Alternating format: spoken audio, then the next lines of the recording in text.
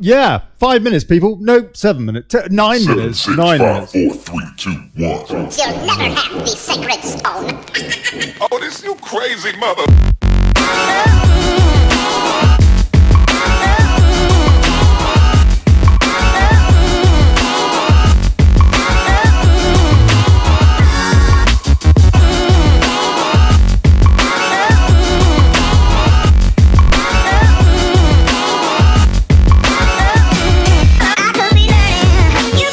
You know what, folks? I got to tell you that last night I shared the show, and Amanda Rolfson, bless her, told me that it was coming up that the content was not available in classic fascist book style. They were refusing the share. Yeah, so I want you to do me a favor and everybody share, just to compensate for the fact that unfortunately we're having to deal with these people that just hate free speech. Please, people, share. God bless you. Thank you.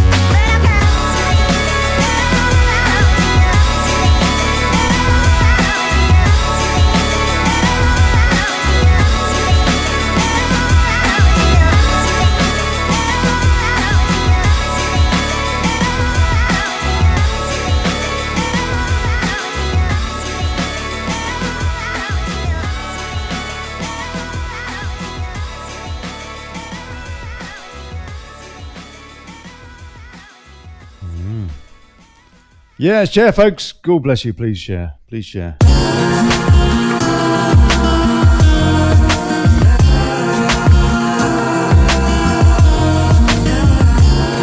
If you're watching an archive version, you might want to fast forward about 5 minutes.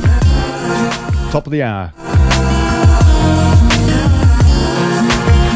I sound like one of those guys on the Dodgems, yeah, doing the old Dodgems. No, roll up. One car left.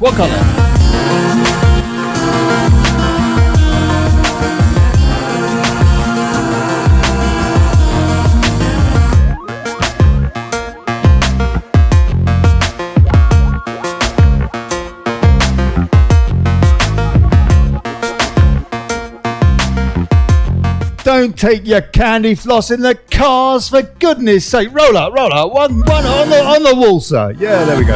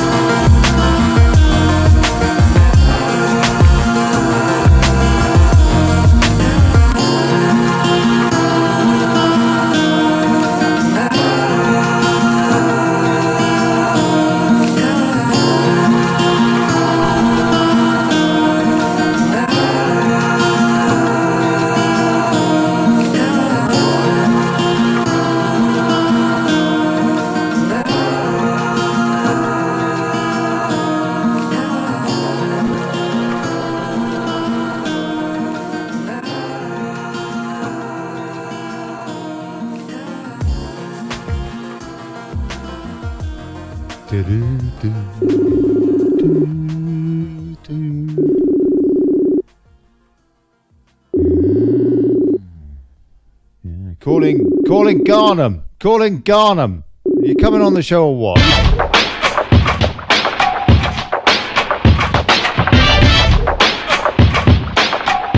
Hey, Piers. Piers, can you hear me? Of course he can't hear me. I mean, if it worked, it just wouldn't be the Daily Brexit, would it? Oh.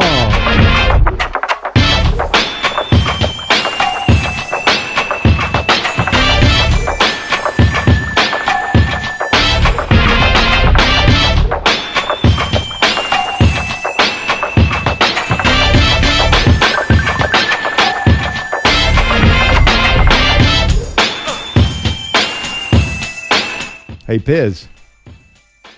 Piers. Piers. Oh, dear. Apparently his Skype isn't working. He can't remember his password. I'm crying out loud.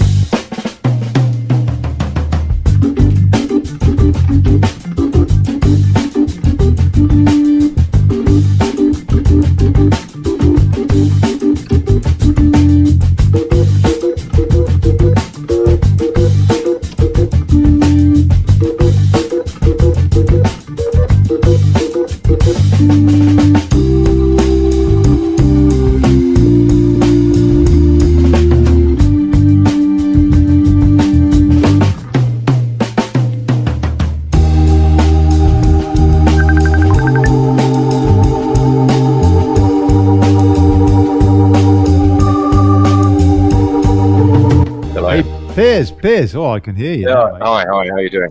Whoa, I'll tell you. Good man. You gave me kittens, mate. I didn't have my headphones on. That's all right, man. No worries. No worries. Going in 3 minutes. We're streaming now. How are you? All right? Yeah, not too bad. Good. Trying to make sense of the day politically. Oh, blimey.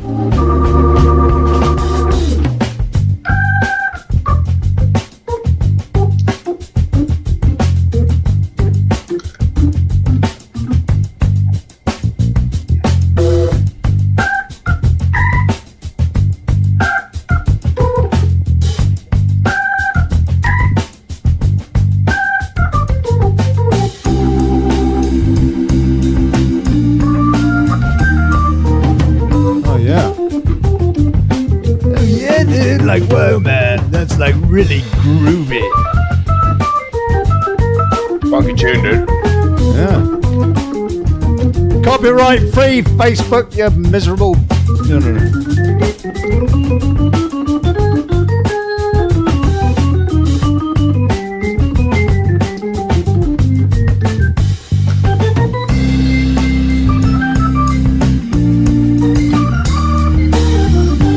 So they've changed it, Facebook, so you can't see now. This is the first time this has been the case. You can't see the number of people that are watching your show to see kind of how it's doing, really. They've taken that down. They've taken that down. Oh, no, it is there. No, it is there. I was wrong. They're just preventing people from sharing it, that's all. But hey, what's new? Share it, please, people. Please share it because, hey, you know what? We got 28 people watching this show. Do you want Brexit or not?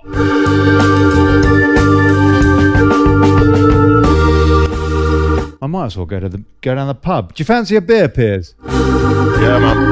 I'll tell you what. It's so frustrating. Look, folks, please share it. Last night, I shared it, and it wasn't going. Facebook weren't allowing people to pick up the share. So please, folks, I tell you, it is like trying to, I don't know, it's like trying to have a balanced conversation with someone like Tony Bloody Blair dealing with bloody book. Did you see my namesake interview Tony Blair? Oh yeah, I did. Yeah, we're going to be talking about that. Yeah. For once, he wasn't so fake. Oh, your namesake actually. Yeah. Well, he's got a bit with Tony, hasn't he? Because he got him kicked out of the Mirror. Yeah. That's right.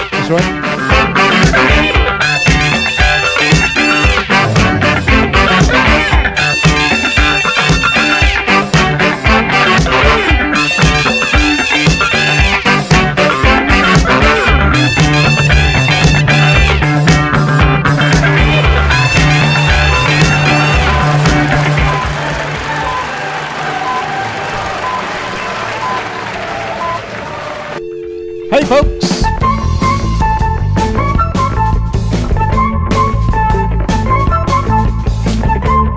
Good evening, good people. welcome to the Daily Brexit.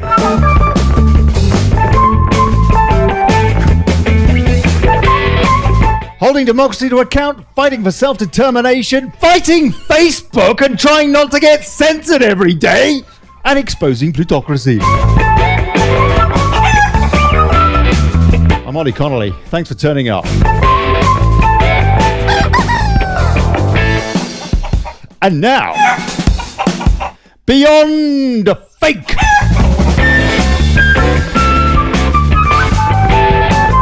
I'll tell you, it's one thing selling shag rags, yeah, but selling out the country?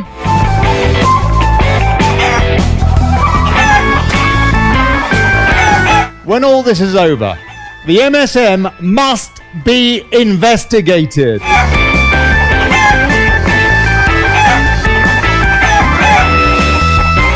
Piers Garnham is joining me now, assessing media bollocks.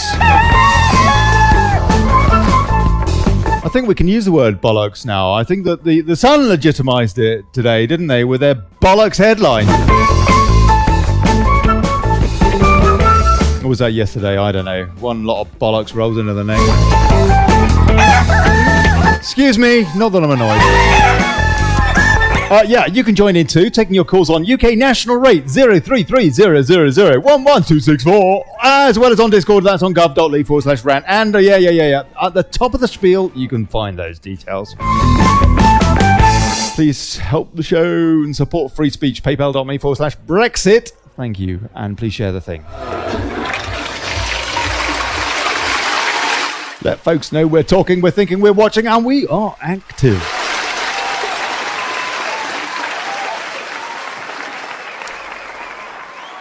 Oh, whoa. Hey, Piers, man. How are you, sir? I'm okay. I'm less drunk than I was the last time we talked. So, were you so drunk? I think that's probably a good thing. You didn't come on my show I drunk. might be a bit more eloquent tonight rather than just a slurring, babbling, drunken moron. Oh, you were quite good value, actually. I think there are several lawsuits in the works now, the folks that you libelled. I hope so. You know, I'm not doing my job unless there's a few lawsuits being chucked my way. What is, out of interest, your understanding? I know you're relatively on top of this thing, but I also know that you've just spent the day at work and what have you. What is your understanding of where we are at the moment with Brexit? Well, as you pointed out so succinctly, the Sun headline, it's all bollocks.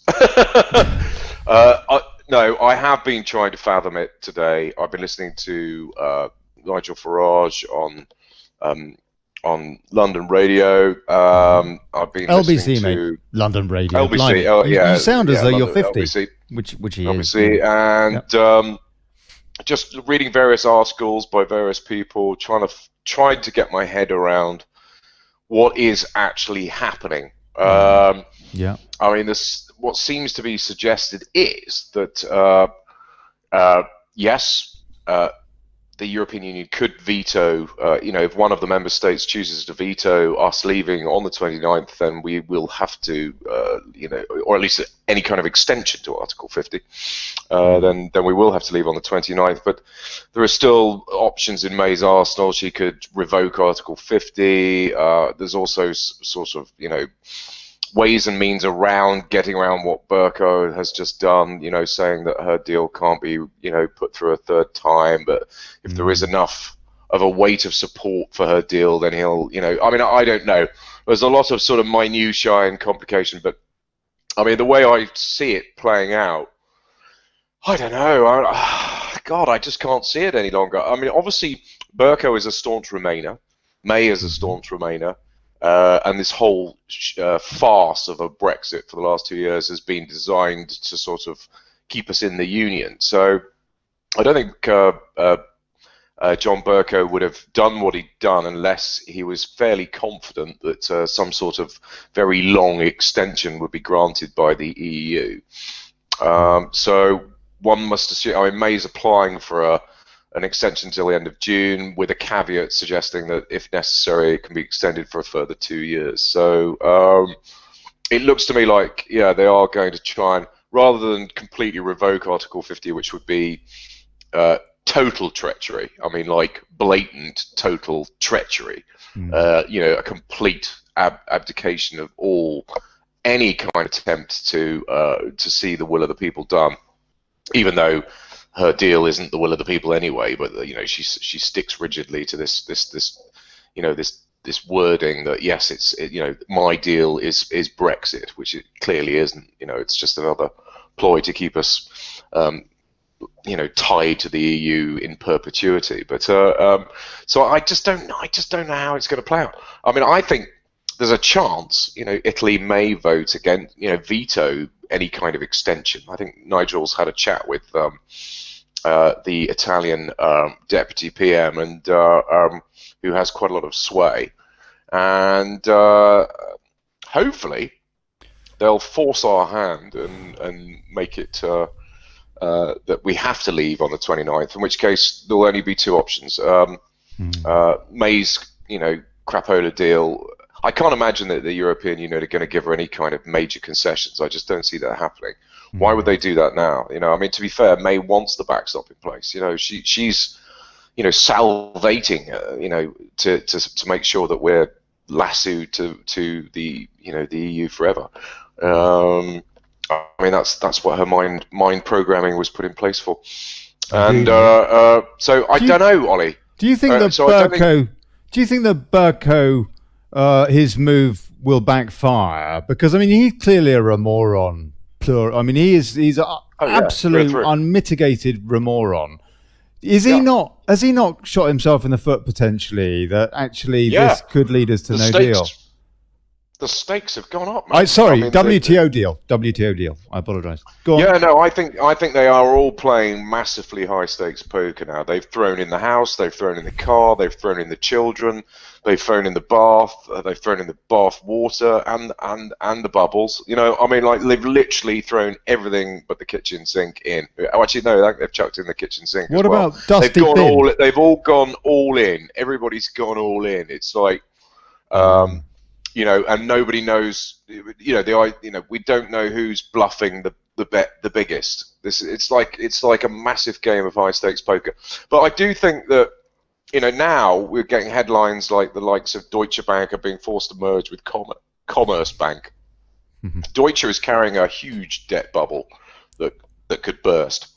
Yeah, that's another thing, isn't it? I mean, like, we're talking 2/3 of the global GDP is their exposure now, Deutsche Bank. I don't know the exact figures, but they do have a lot of massive money. Derivatives. But they're carrying massive derivatives, which are, a lot of which are still active and could cause them an immense amount of headaches. I mean, they don't want to merge with their competitor Commerzbank, but they, they're going to have to in order to sort of stay afloat. But this boom bust cycle, that's right. this constant Seriously sort of dodgy, huh? So I mean, Commerzbank is enormous as well. As if I don't know. Anyway, carry on, please. But it just seems to me that they just make this thing bigger and bigger and bigger. The timing of this headline, and when it falls, I mean, the timing of the headline.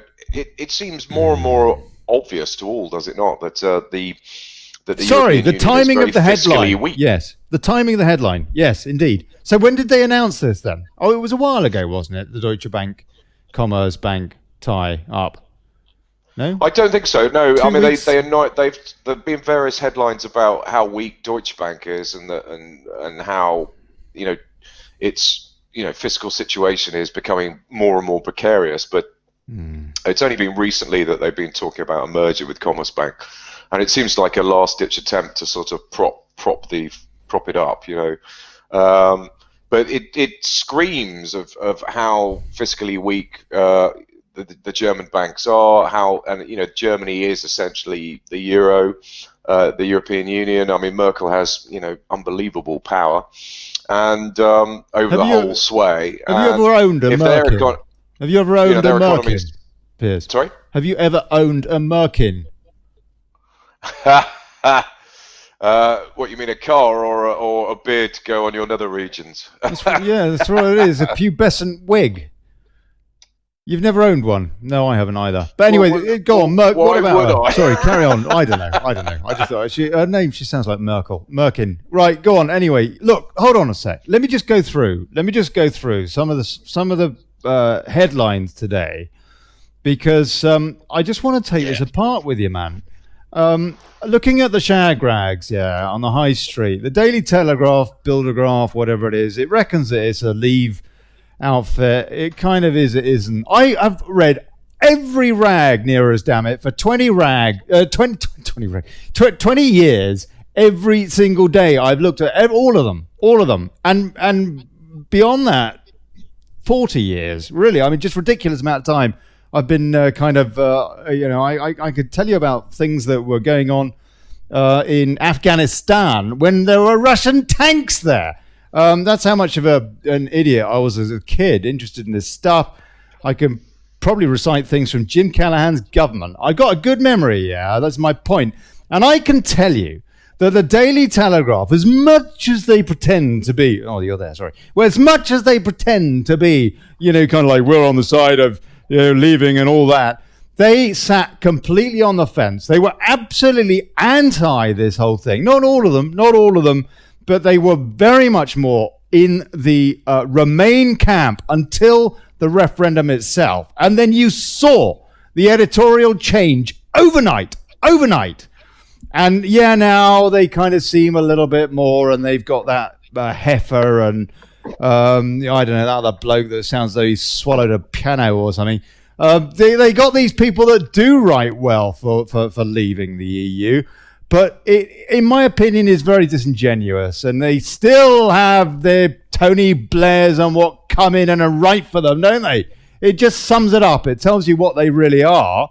But they're calling this a major constitutional crisis. It's been a major constitutional crisis since Parliament decided that they were not going to listen to the democratic will of the British people. That's when it started becoming a constitutional crisis. What we're seeing now is, guess what? It's this remoron that the Tory party, the most sickly of all the party political crap, bollocks, the worst of them is the Tories by far, because they gave us a moron to take us out of the EU because they never wanted to. The Tories, if anybody ever votes for the Tory party again, if you vote for Labour, I'll be a bit sorry for you. If you vote for the Lib Dems, I just think you're mad. If you vote for the Tories, you're an absolute idiot and a fool and complicit with treason. You know what? It is absolutely unbelievable what the Conservative Party has done. But anyway, the constitutional crisis started pretty much as soon as they elected that witch into number 10, who is clearly, I don't know whether she's psycho or what, or Piers reckons she's mind-controlled, I think. Definitely, she's a fembot, mind-controlled globalist fembot. But my point is that they're not saying this, are they? On the Telegraph, they're not talking the absolute truth. We should have had a Brexiteer. We should have had a cabinet full of Brexiteers, full of patriots, full of people behind the people. They don't talk about that. Oh, no. That would be far too honest, wouldn't it? The Grawny ad, Guardian, whatever it's bloody called, Brexit chaos, as Speaker stops May in her tracks. He should have stopped her last week. That's what they should be saying. Yes, I checked out Erskine May as well, off the back of this. I guess a lot of us did. It turns out what he did yesterday was spot on. He was a week late, though. He should have done that last week. They're playing with us, Piers, mate. Do you think that this is a scam somehow?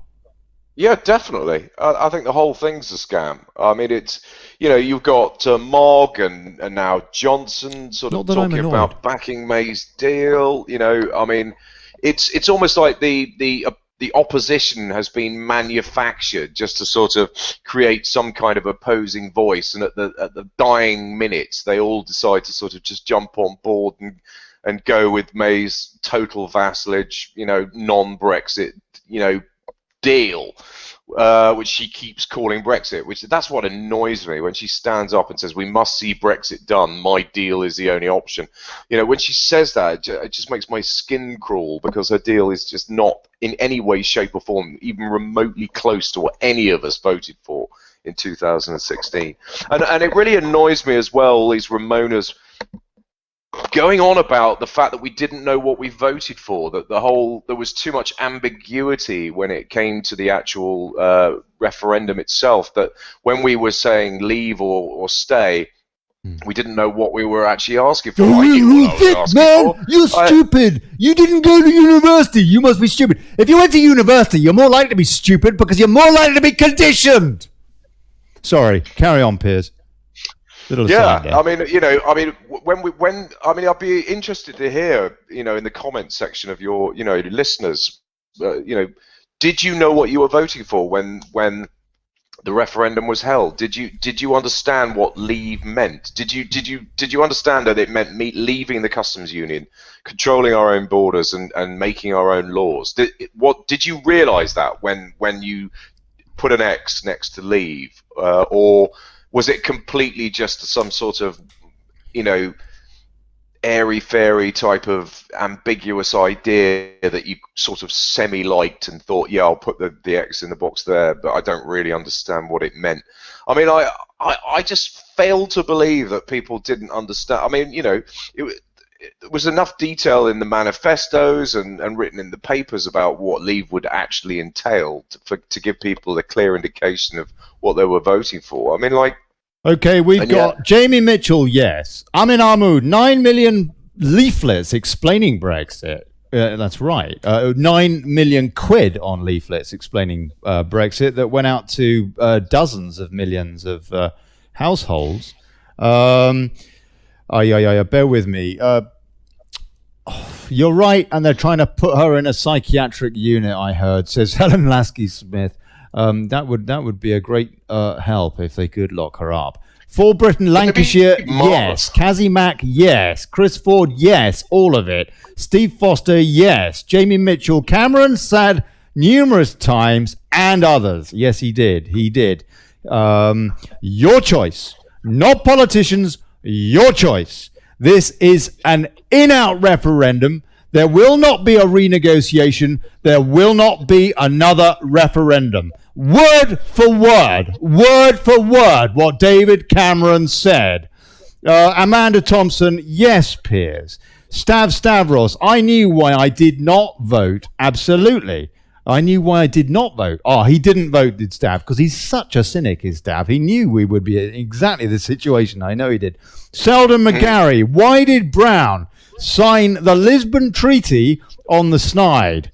He didn't even sign it, did he? He got Miliband to sign it. Sarah Boland, I know loads of people who went to university and knew exactly what they were voting for when they put an X next to the leave box. Thank you, Sarah. And I wasn't meaning to imply that all people that went to university were stupid. Far from it. But you are definitely conditioned, more conditioned if you do, because that's what common purpose does. And it is trickled through way into the university system. Oh, blimey, hold on a sec. Okay, let me see if I can take this call. Just a sec. Good evening. You're on Daily Brexit. What would you like to say? Hello? Hello? Hi, who's that? It's Dave Simpson from Wales. Hey, Dave Simpson from Wales. How are you, sir? What would you like to say about fake news? Well, I just can't believe the storm in the building. Is somebody walking in there? Perhaps the left would like to come up with something better than everybody's a racist and everybody's don't know what they're doing and don't know how they're thinking. That's the other thing, isn't it, Piers? We're racists, we're right-wing, we're fascists, we're dangerous. Yep. We're about to jump in the nearest mosque with a machine gun. Sorry? Yeah, no, we are. I mean, it's absurd. I mean, we're having the social conditioning that is going on at the moment. You know, the level of mind control is overwhelming. It's quite extraordinary. You know, I mean, it beggars belief, and people still buy into it. This is what I find so extraordinary. You know, has the whole thing not become absurd enough for the majority of people now to know that we're just being fed lie after lie, and a lot of the lies are being preached in the media, which is ultimately owned and controlled by the very people who are trying to scupper the whole deal. You know, I mean, it's scupper Brexit. You know what? I think actually it might have done, judging by a story that I saw earlier anyway. Oh, now I can't find it. But hold on. On that note, I just want to bring this story in because it's a great story, and it just really sums up pretty much what you said there. Just 16% of voters think that the delay is not a move to delay Brexit.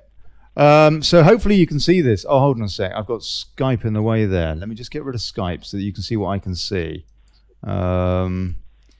Oh, blimey. Why is that doing that? Why is that in the way? It's probably some sort of Facebook censorship, you know. No, that's my own censorship. That's Hit me on the phone, Ollie. I'll come off the phone. I'll see you again. Take it easy. Dave, God bless you, man. God bless you. Is there anything else? Any other points you wanted to say?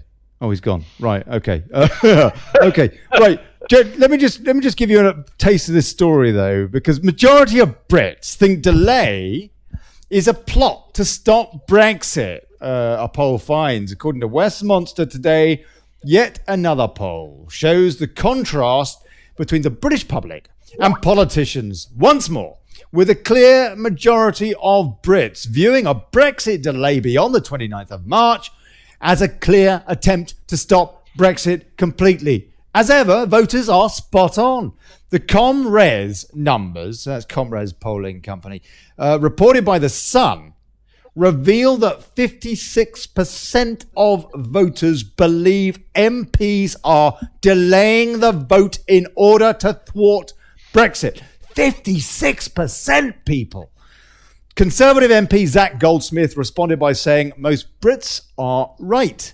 Just 16% of voters think that the delay is not a move to kill off Brexit. The public are clearly aware that a Remainer Parliament is busy attempting to reverse the referendum result, and they, the British public, are not buying it. Right, Piers, what do you think of that? That's pretty impressive, no? Those numbers. Yes, that's marginally reassuring. It's incredible. Only 16% trust this duplicitous creature, the creature from the Blue Lagoon. I just keep on seeing Austin Powers with Vanessa, you're a fembot. Oh, Teresa, you're a fembot. Oh no. They probably will get very excited. I mean, I bet like Teresa's husband, is changing channel at number 10 Downing Street, or fast forwarding the DVD, and he suddenly realizes that his wife's sort of fast tracking it around the living room as if she was on fast forward, and then he pauses it and she stops dead, and then he presses play and then she's back to normal, and then he presses fast forward and she's like running around number 10, like some mad thing. And he's like, oh no, Teresa, you're the fembot. Oh mate! And then these two like machine gun nozzles come out of her bra and blast him to smithereens. It's probably their little kink, in their living room. Anyway. Okay, all right. So what else have we got in here? Daily Mail's cover on it, is now check this out.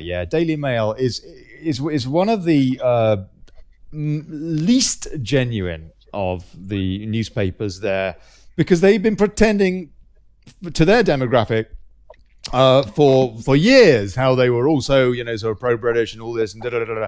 But when it comes to it, with their editorials, and actually the Express is even worse now since they were bought by the Mirror Group. In the case of the Mail, both of them actually, the Express is exactly the same. In fact, their editorials are practically identical. Every time there's another vote for May's deal, their editorial is, get behind it, get behind the Prime Minister. And here, it's another example today. Their headline, their top story, their front page, smirk that says, Brexit be damned. Well, that is not the truth at all. It's her deal that is damning Brexit, and the Parliament that is damning Brexit, and the House of Lords that is damning Brexit, and the civil service, and the media, etc. So yeah, I just absolutely. John Bercow was accused of trying to sabotage Brexit. How can you be accused of that when all he did was say your deal cannot be reread unless it is changed considerably? And he didn't say this because he wouldn't. But in brackets, that deal is a deal for vassalage. That's it, vassalage. Boris is right there. I don't trust Boris Johnson at all. But he is correct in that. Probably because he wants to be PM, and as soon as he would change his tone. But yeah, and again, the Times. Bercow is sabotaging Brexit deal, says Number 10. Okay, well, that's at least they're accrediting that to Number 10 as opposed to, in the case of the Daily Mail, that's, The Brexit destroyer, another one. You see, the Express, the same as the Mail. The Brexit destroyer there. He's not been a Brexit destroyer there. He is a Brexit destroyer. He wants to be a Brexit destroyer, but that was not a Brexit destroyer type move that he took yesterday necessarily. Yeah, no, but listen, Ollie, I mean, the man's an egomaniac. That's not the point. That's not the point. He recognises that what we're experiencing right now is going to be written in the annals of history, and he knows that he's playing a fundamental part in that, and so he knows that his legacy is going to be written in stone in terms of like history, because what's happening now is unprecedented. Yeah, but that's it's never it's a time in history where his name will be etched in that memory. So he's very acutely aware of that. So I think. Yeah, but that's not the point, Piers. That's not the point. The point is my point. I'm sorry. I know I didn't even tell you what the theme of the show was going to be tonight, but it is about the fake stream media predominantly, and we can talk all around it, Piers. Yeah, we're always pretty generic with how we talk. Mm-hmm. But the bottom line is that the press is presenting this deal, and I guess this is the message I wanted to say tonight.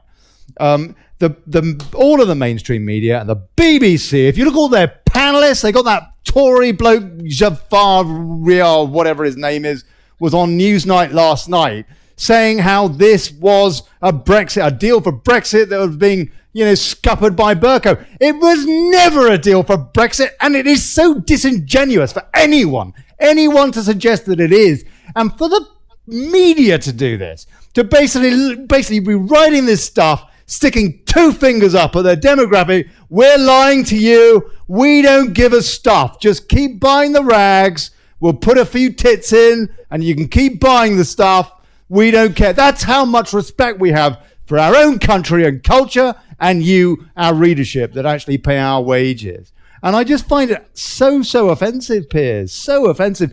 But I do wonder how many people are seeing through this. We know that mainstream media outlets are going out of business. Not enough, ratings are going down. That Westminster story, though, does suggest that people are seeing through this crap.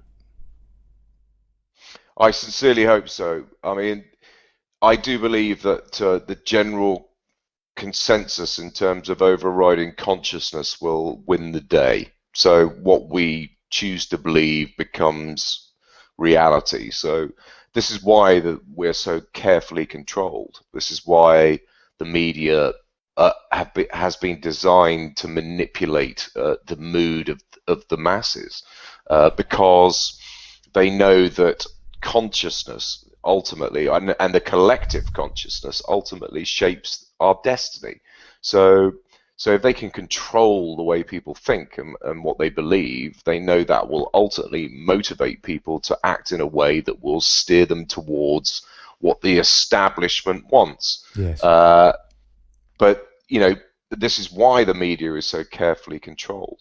But yes, I do think we are fundamentally going through some kind of strange awakening process. However, there are still a lot of people I know who are heavily invested in it and just refuse to recognize anything. They still believe that our politicians have their best interests at heart, or they believe in the ideology of the EU. They believe that it's been designed to sort of bring people together so they can all sit around and sing Kumbaya and hold hands and smile at each other and say, beautiful things. It's just a superficial ideology that's been painted on top of something that is ultimately far more sinister. And people are beginning to wake up. But you see, the reporting about people waking up is manipulated in itself.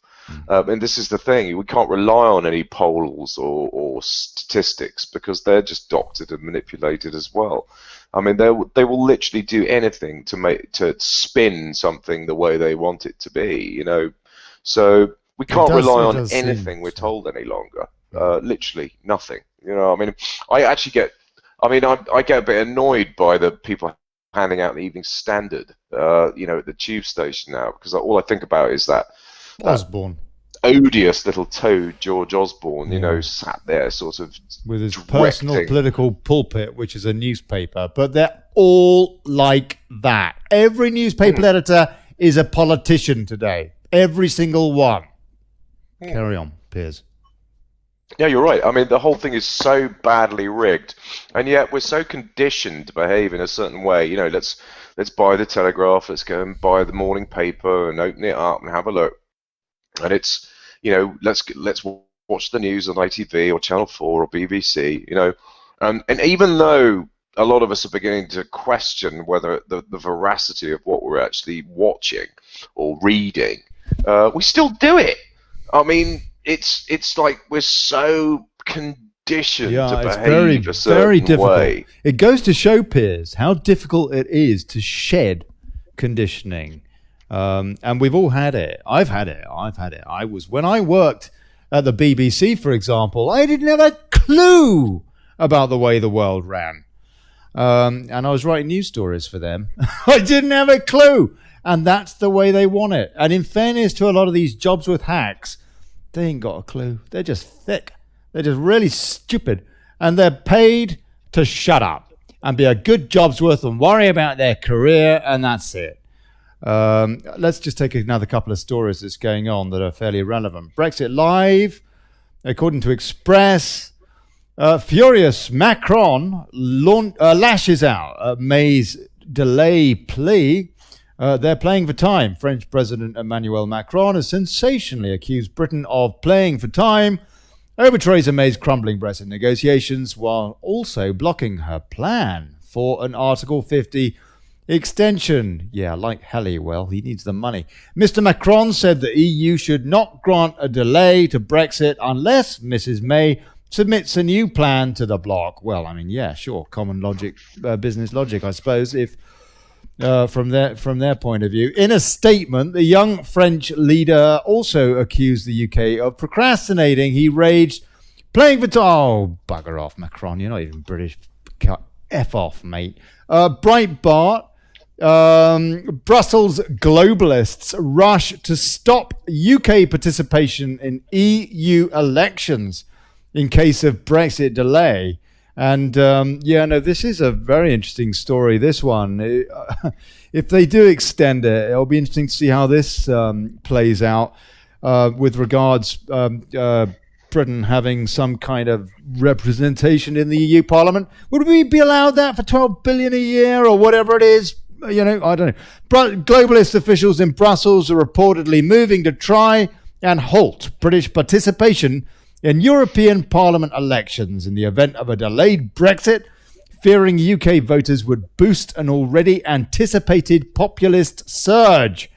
Legislation cancelling the UK taking place in May's bloc-wide elections comes into effect only on May the 30th, the day after... Hold on, it's surely March the 30th. March the 30th, they must mean. The day after Britain is supposed to be exiting the EU. But that date now looks increasingly likely to be pushed back as a result of efforts from the country's Remainer-dominated parliament. Indeed, the Cabinet Office in London stepped up plans for Britain to take part in this year's European parliamentary elections, according to The Times, which on Tuesday reported that political parties had already been informed by the Electoral Commission that their spending was being monitored as if in a pre-election campaign period. It's just so surreal, man. Piers, it is just so surreal. I can't. Okay, all right, fine. So we are actually in a situation potentially where we remain in the EU and we don't even have any representation in the EU Parliament. Of course, we've given up our veto. But yeah. I mean, this is essentially about the bullshit in the media, isn't it? I mean, like, I subscribe to the Tory graph, and they do write articles that sort of don't necessarily. I mean, you do get that some was a lot of nonsense about Macron, for example. I mean, there's a lot of these stories that are just fodder. Macron is like Most another fembot. He's a man bot or whatever it is. I mean, Probably. like he's another brainwashed globalist lunatic. You know, I mean, the people are rioting in his country. They're literally tearing Paris apart, and now he's banning the Gilets jaunes. Yeah, he is, man. He is. He is. Protest. This is it. Look, I mean, the guy is literally—he's like he's a May. nasty piece of work. Any normal, sane human being would have resigned or left office by now. But May is not a normal human being. She is a programmed fembot. You know, I think she's actually been put through some sort of trauma-based mind control program, which has enabled her to sort of remain completely stoic and calm in the face of total adversity. You know, it sounds incredible, but I mean, these are more rational explanations than, oh no, she's just thick. She's not thick. She's a very bright. Anybody in that position is very, very bright. That doesn't mean they got any common sense, for example, as I noticed Dave Fergie pointed out to Chris Baxter last night when Chris Baxter challenged Fergie on precisely that point, that these people are bright, but they don't have any scruple for whatever reason. And whether they're psychopaths or what, but Piers, mate, what you say makes a lot of sense to me, that they are somehow MK Ultra'd.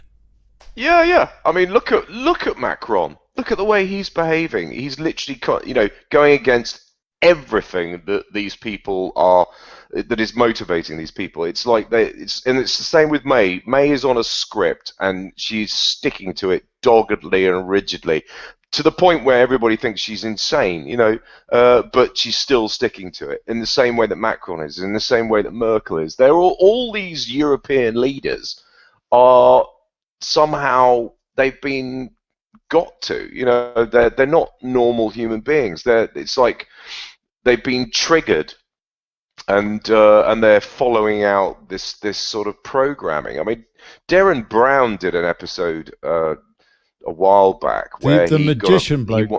The magician guy. He's a sort of an illusionist and a sort of confidence trickster, and he who did can't an spell his episode name. where Darren Brown. Yeah. No, he can't spell it, can he? Surely. Anyway, carry on. Sorry, go on. Well, no, it's just a very interesting episode in the sense that what he wanted to do was to hypnotize somebody and condition them using various trigger mechanisms to sort of put into action the programming where they'd end up killing somebody, and then they'd automatically forget instantaneously exactly what they'd done.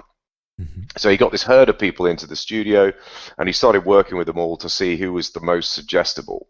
And he whittled it down to a small group, and then finally chose his candidate, who was this guy, who he could put under, in a hypnotic state very easily. This guy was extremely suggestible. He was very easy to hypnotize, and he put him through various sort of tests to prove that he had control over this guy's mind, and he had him sat in a bath of ice water, for several minutes while under hypnosis, just to prove, how much control he had over this guy. Most people would have jumped out, after a few seconds, but this guy was sat in it for several minutes, and he went through lots of things. So this guy was and then he started to work with him, and he trained him under hypnosis how to shoot guns and weapons, and train him up so he became a marksman. And then he started to build in some programming related to the trigger mechanism, that when you see a woman in a polka dot dress, or whatever, the programming that I'm going to install in you under hypnosis will be triggered. And you will reach for the suitcase in front of you, and you will pull out the gun. And they rigged up Stephen Fry, who was doing some comedy set. They got Stephen Fry on stage, and they put some film squibs on his chest. So when this guy shot him, these squibs blew, and it looked like Stephen Fry was being peppered with bullets. So he's a moron. Sorry, go on. But then this guy was programmed to automatically forget everything he'd done, and he ended up leaving the theatre having shot Stephen Fry. He'd pulled the gun out of the suitcase. He'd seen the woman in the polka dot dress. He'd been triggered. He reaches for the gun. He shoots Stephen Fry, or at least he thinks he shot Stephen Fry on stage. Then he leaves the theatre, and the programming kicks in where he forgets it all. And then afterwards, they interview him, and he says he has absolutely no recollection of having done any of it. And they showed him a video of him shooting Stephen Fry in the theatre, and he said, "I don't remember doing that at all." Wow. And then they sort of, Darren Brown steps in and sort of pulls him out of all this controlled this programming, and it just goes to show just how much the human mind can actually be manipulated. And imagine if you add sort of modern psychotropic drugs to the recipe as well, and you're part. I mean, these programs that are pictured in films like the Bourne trilogy, about mind control, MK Ultra, as you say, that's real. And they can, through sort of trauma-based mind control, they can make people programmable. And you've only just got to look at the pathology or the psychology of the way the way May or Macron or Merkel behave. They don't behave normally. They literally seem to behave completely abnormally. They are almost universally hated in their own countries now, and yet they still stick it out, persevere. That's not normal behavior. Anybody in their right mind would realize how unpopular they were becoming, and leave if they truly believed in a democratic process. But we're having that constantly. I mean, May is not a normal human being. Okay, it all right. beggars belief. Let's take a few comments and see what folks got to say about this. As long as it's not you. That's a conversation between William and Stav. Gail Marie Gandhi, they are off their heads and playing with our lives.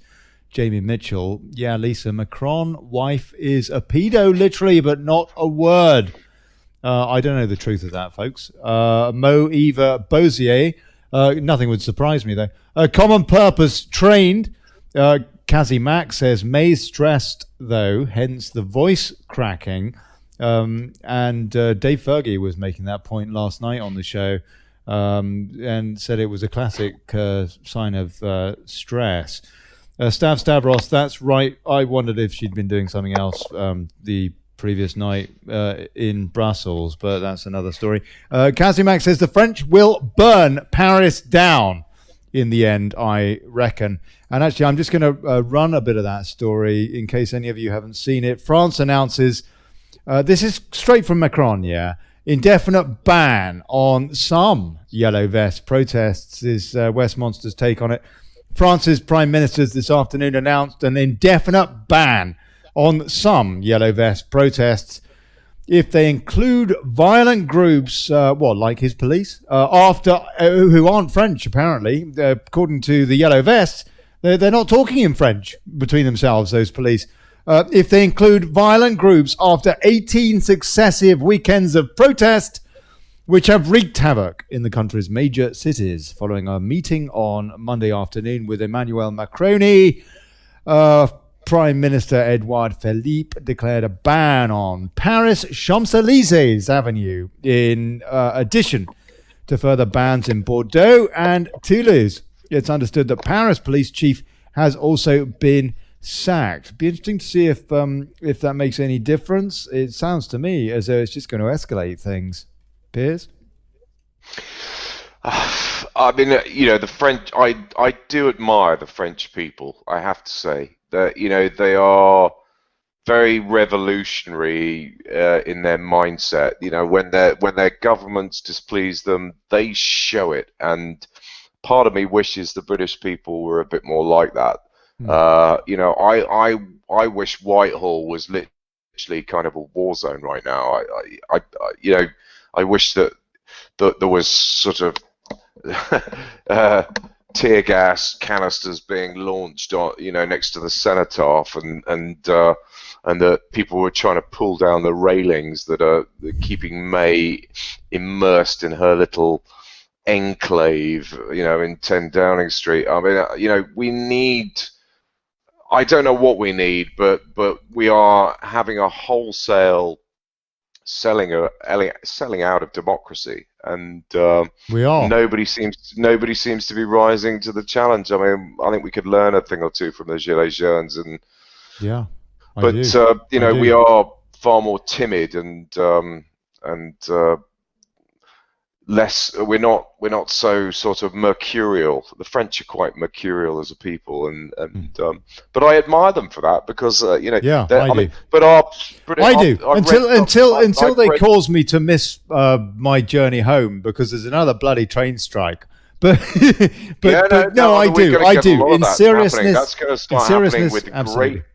The lorry drivers are going to start blocking roads, because all the lorry drivers are pro-Brexit, and that's right. I think we're going to see pandemonium break loose now, because they are going to basically snarl up everything. They're going to block roads, I mean, this is the time to stock up, people. Really, I think.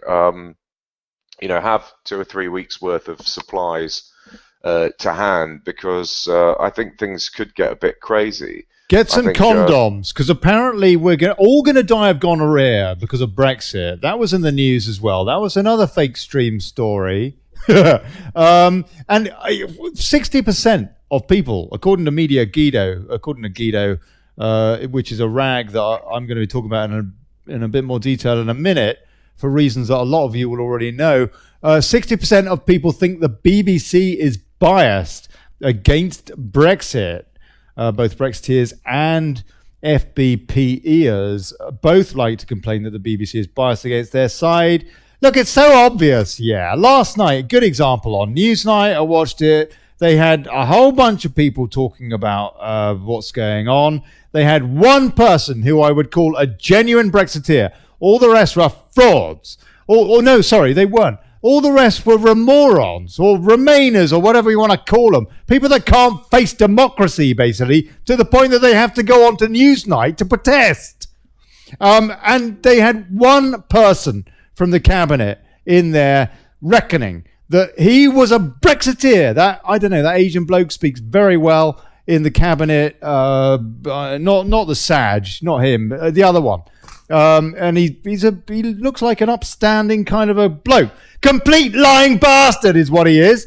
He was in there saying how her deal, that May deal, is Brexit. That is Brexit, which clearly it's not the case.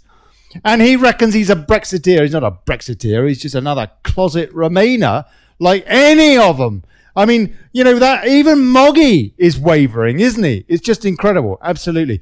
But anyway, look. And Kevin Lamont is saying, come on, Ollie, what about the fake news in New Zealand? Kevin, I can say hand on heart, mate, I haven't got a clue because I haven't really been following it. What I can, and I'm not that interested, to be honest with you. What I can tell you is that, yeah, sure, false flags, absolutely. Look at 9/11 for crying out loud. Has anybody not seen Building 7? They do false flags. Admitted on record for crying out loud. It kicked off the war in Vietnam. Yeah, I don't know what the deal was with that New Zealand thing, whether he was just an idiot fool or whether it was all conjured up or whatever. I have to say, I did see the footage and it looked pretty horrible. But I don't know. I do know that they can do some amazing things in Adobe these days. and they really, really can.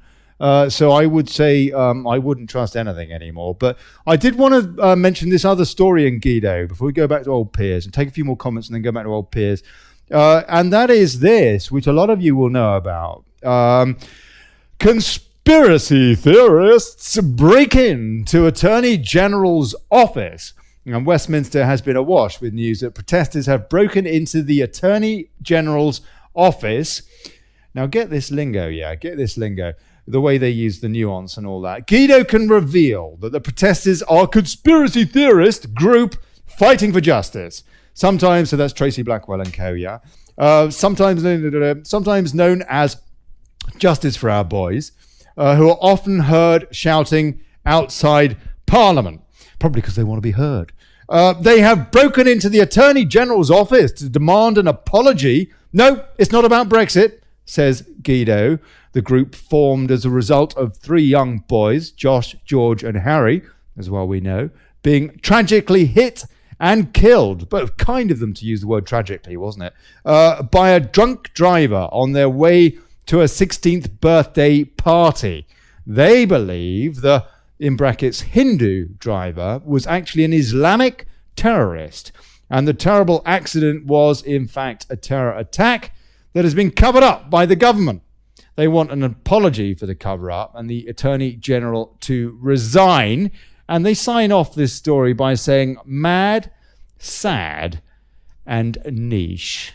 And I was absolutely disgusted by that when I read it. I know Tracy Blackwell and some of those other parents. They've been on this show. We spoke for well over an hour. They never used the word terrorism. As I pointed out in a comment on that, under that story at Guido, quoting them, mad, sad and niche, and saying, having actually interviewed these parents, I regret to inform Guido that this story is nothing but a head job. That their complaint never once mentioned the word terrorism in an hour-long chat, and that their actual complaint is that the police did not properly pursue this case due to political correctness. A not entirely unreasonable claim, given the epidemic of Pakistani rape gangs operating for decades, while the police stood glibly by. I doubt that they're mad. I know they are not. And given the number of conspiracy theories that turn out true, I suggest they have a fair concern that the authorities would do well to investigate properly. I suggest an apology, Guido. Obviously you won't get it. In fact, this story is awaiting moderation. This story is waiting to be approved by Guido Fawkes, despite the fact that I took the word Pakistani apart, didn't spell rape in one word, and did everything else to get round their moderation crap. They're still on the lookout. And I'll tell you, Guido is as bad as all the rest. As bad as all the rest. Might as well be written by Tony Blair's intern. Anyway, but I thought I'd say that because Tracy Blackwell has been libelled, and all of those parents have been libelled, and those boys have been insulted, and all they want is the truth, and they're not getting it. And guess what? You talk to one of the top lawyers, don't you, and try and find out what he wants to say. I note that Guido, and I refer to all of these terrible papers because I think it's important to see what the enemy is saying and how they're saying it and how they're drawing it out. Guido is no better than any of the rest of them. And just recently, some of you will remember how they smeared Bubba Kate Paris, one of UKIP's NEC. Very, very nasty hit job they did on her a few weeks ago. And whenever they mention UKIP, it's always like, the crazes and all that, if you're lucky, actually. It really, really is absolutely disgusting. And I just want to say that. But Kate is coming on the show, Bubba Kate Paris, on Thursday. And I guess we will be talking a little bit more about this kind of stuff. But anyway, just a few more comments before we get back into this with old Piers. And Helen Lasky-Smith asks, is there anything about the mosques being guarded? I read that Khan ordered it. I think she's talking about something that happened in London today. I don't know what did, actually. I hadn't read the story, but I did see that Theresa May put something out saying that, I don't know, right-wing fanaticism or something won't be tolerated. And I commented on that, saying neither will treason, love.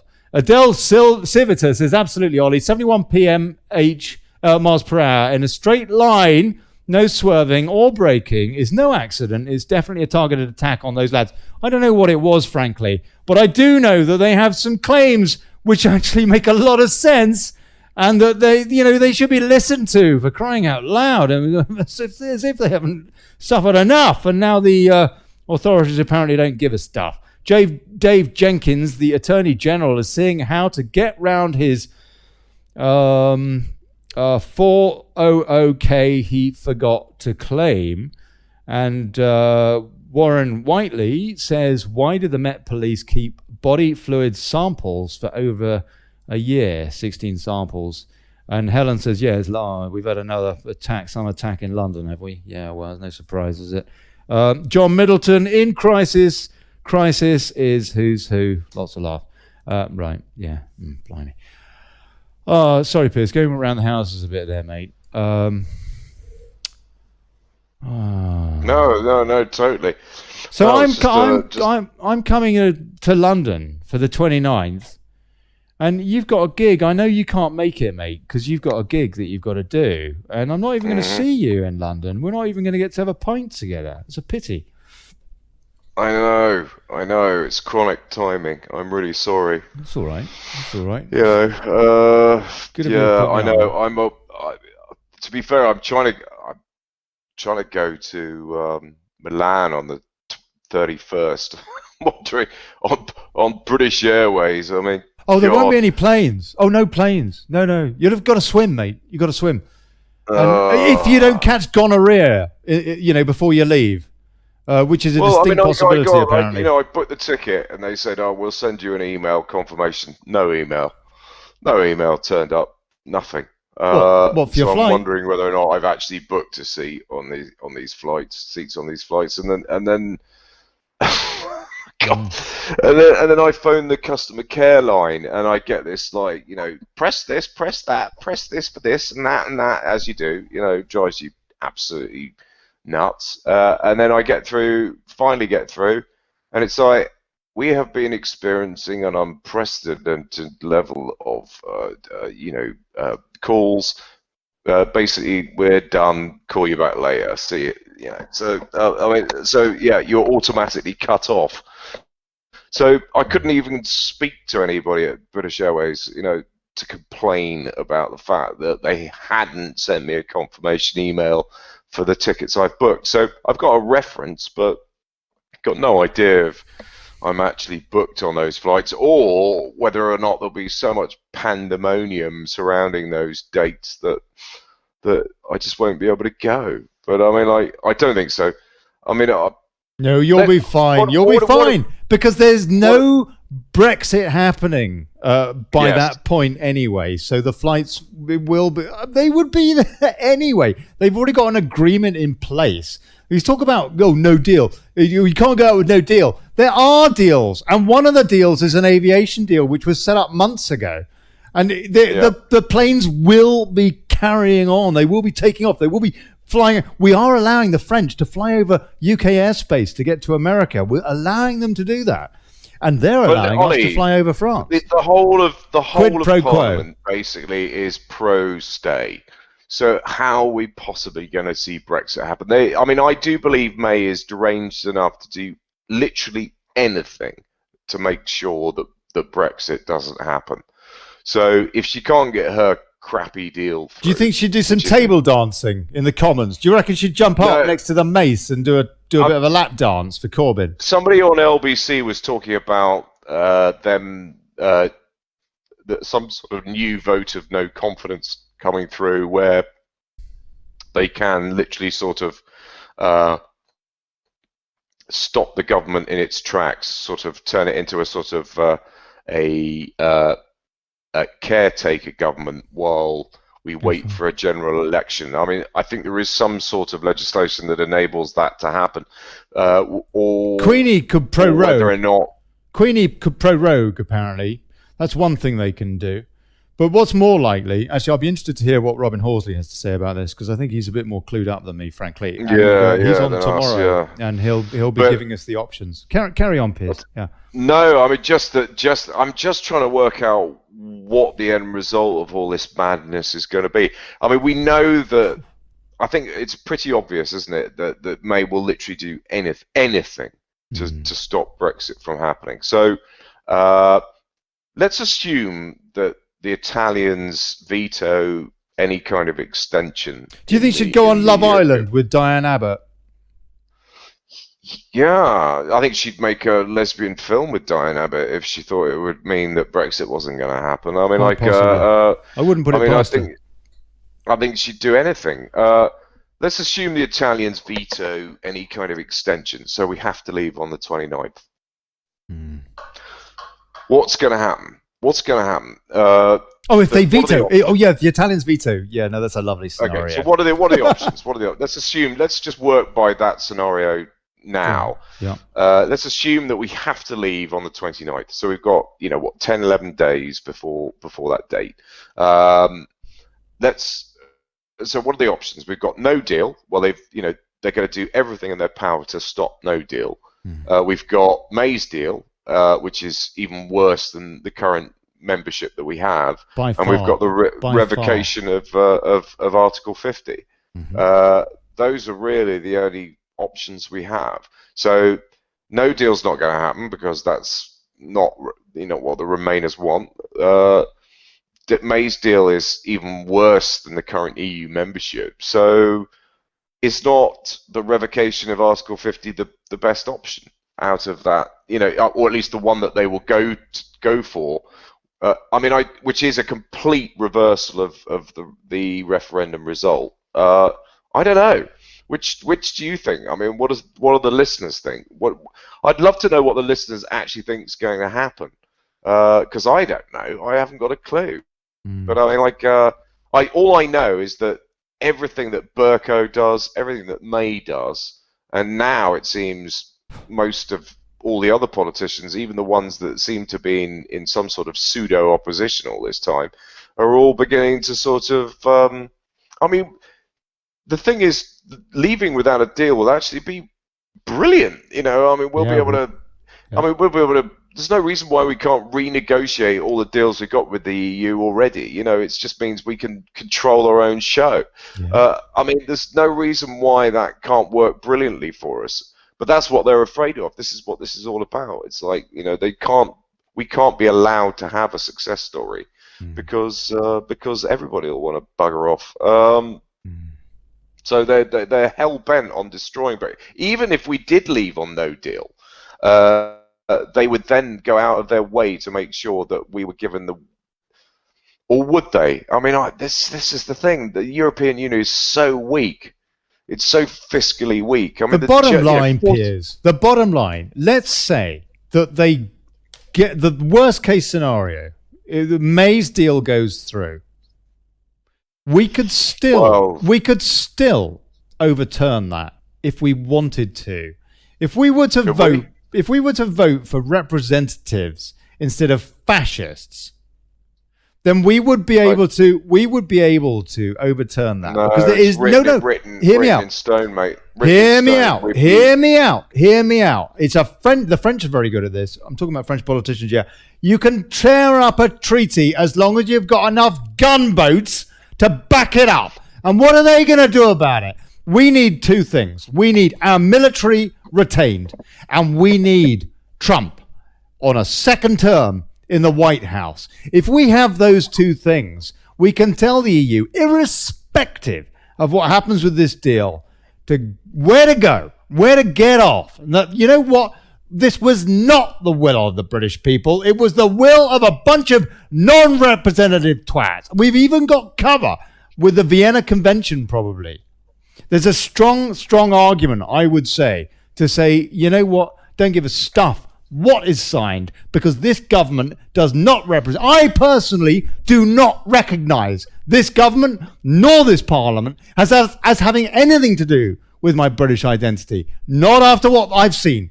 over the last year or so. No way. I don't care. We really, really, really can go hardline, Piers. The question is, can we get away with it? But the fact is that given the sentiment in places like Poland, Hungary, Italy, Slovakia, various other places throughout Austria, for crying out loud, and even Germany with the people, France with the people, we can get away with that. We can get away with that. It all comes down to, can you get away with it politically?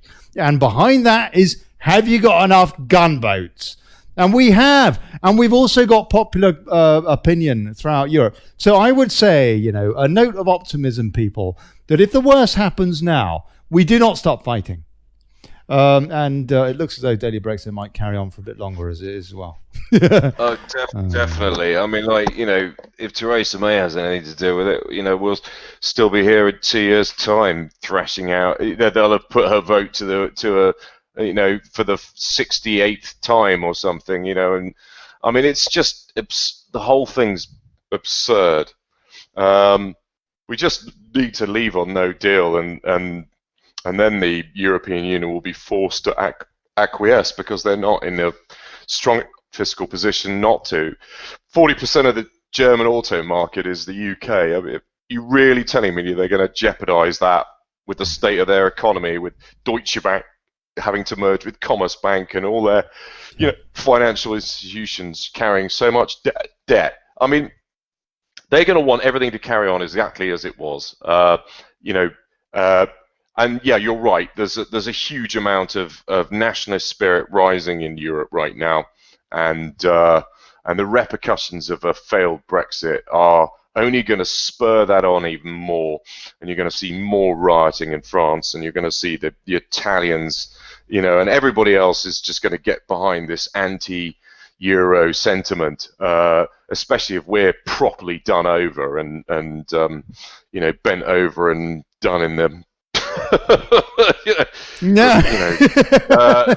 metaphorically speaking. But that's what's happening. That's what she's doing to the country. She's basically shafting us right up the rear. And yet she's the one that's principal boy who looks more like the back end of a donkey. Oh. She's programmed to do that. Anyway, I'm going to have to go. I need a pee. Piers, God bless you, mate. Good timing. Love you, Ollie. Oh, I love you, mate. I don't know why.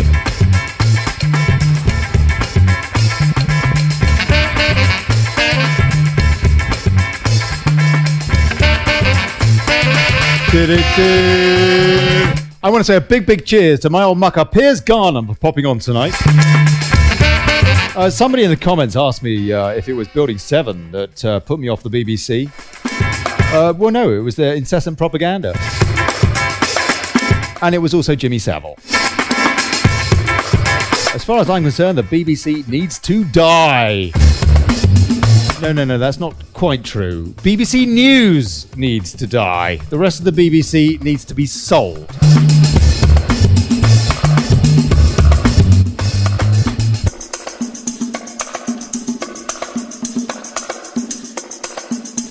Now look, if you haven't done it yet, please share the show, folks, yeah? We have to get out there! And if you can afford a few quid, please, paypal.me/Brexit. Thank you. 29th, Parliament Square. Be there, people. Be there, people. Maybe we should take tents. I suppose we wouldn't be allowed to take tents. They wouldn't let us, would they? I do wonder what's going to happen. I'm wondering if I'm going to be flying back to Spain, actually. I might have to be hanging out for a little while. This has been the Daily Brexit. I am Olly Connelly, and I'll see you tomorrow at 7 with Robin Horsley. Yeah, excellent. I'm looking forward to that. And then we will get some good analysis on the different options available now.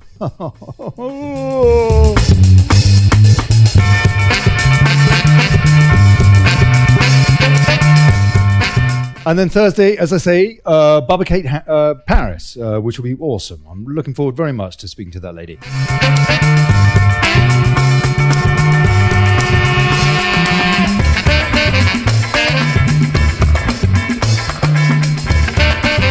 Thank you, everybody. Thank you all for your comments. Please bear in mind that I'm utterly useless on Messenger. I realised today that one or two folks have been trying to get in touch with me with some great ideas for shows and stuff. I hadn't acknowledged them. They probably think I'm just plain rude, but I'm not. I just haven't been, inbox has just gone a bit mad.